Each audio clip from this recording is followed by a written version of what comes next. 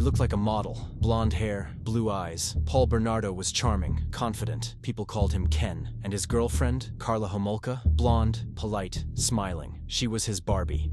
But together, they were far from a fairy tale. They became one of Canada's most twisted murder duos. It started in the late 1980s in Scarborough, Ontario. Women were being stalked at night, dragged into bushes, assaulted. The attacker vanished each time. They called him the Scarborough Rapist. It was Paul. By 1990, he had met Karla, and she didn't run. She embraced his darkness. In fact, she offered up her own 15-year-old sister, Tammy, as a gift. On Christmas Eve, Karla crushed sedatives stolen from her veterinary job and mixed them into a drink. Tammy passed out. Then Paul assaulted her, while Karla helped. They filmed it, but Tammy began choking and died. They wiped her face clean, dressed her, and called it a tragic accident. Police believed them. 6 months later, they kidnapped 14-year-old Leslie Mahaffey. She had missed curfew. Paul lured her into the house. What happened next was days of torture, abuse, and videotaping. When they were done, they killed her, dismembered her body, and buried the pieces in concrete blocks. Then, in April 1992, they struck again. Kristen French, 15, was walking home from school. They pulled over, asked for directions, then forced her into their car.